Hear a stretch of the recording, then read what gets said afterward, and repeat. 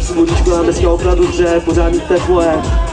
To je neuvěřitelný. Aspoň, že také pár lidí se sešlo tady. Trndám do toho teplo Davida.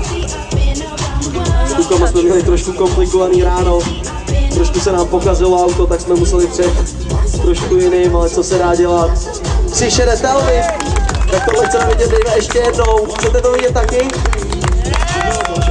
Jo, Dave. Pojď si ještě ten přišedevý, lidi to chtějí vidět. Pojď tomu pořádně zatleskat. No, je to tam. 3-6 ještě do toho protočí trám. David Foglar. Ondra Havlíček, Vondras. Plzeňský jezdec, lítá hodně, ale hodně vysoko.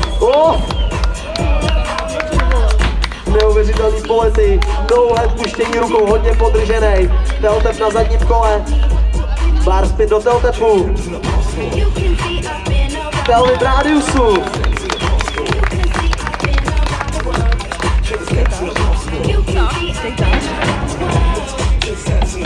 Všechny naše akce, kde se pohybujeme, fotky, reporty ze všech akcí můžete sledovat na našem Facebooku vsa.extreme anebo na webu vsa.extreme.com, takže určitě pokud máte chvilku času, nebojte se a koukněte se, budeme určitě rádi. Teď už ale Mára rozjíždí svoji show na skateu, ale prý vás neslyší, chce slyšet pořádný potlesk. Je to showman a když slyší potlesk, dokážou dělat cokoliv, ale opravdu cokoliv. Mára má takovou přezdívku Malý Šáňo, je to trošku i rapper, jo? Tohle je Mára.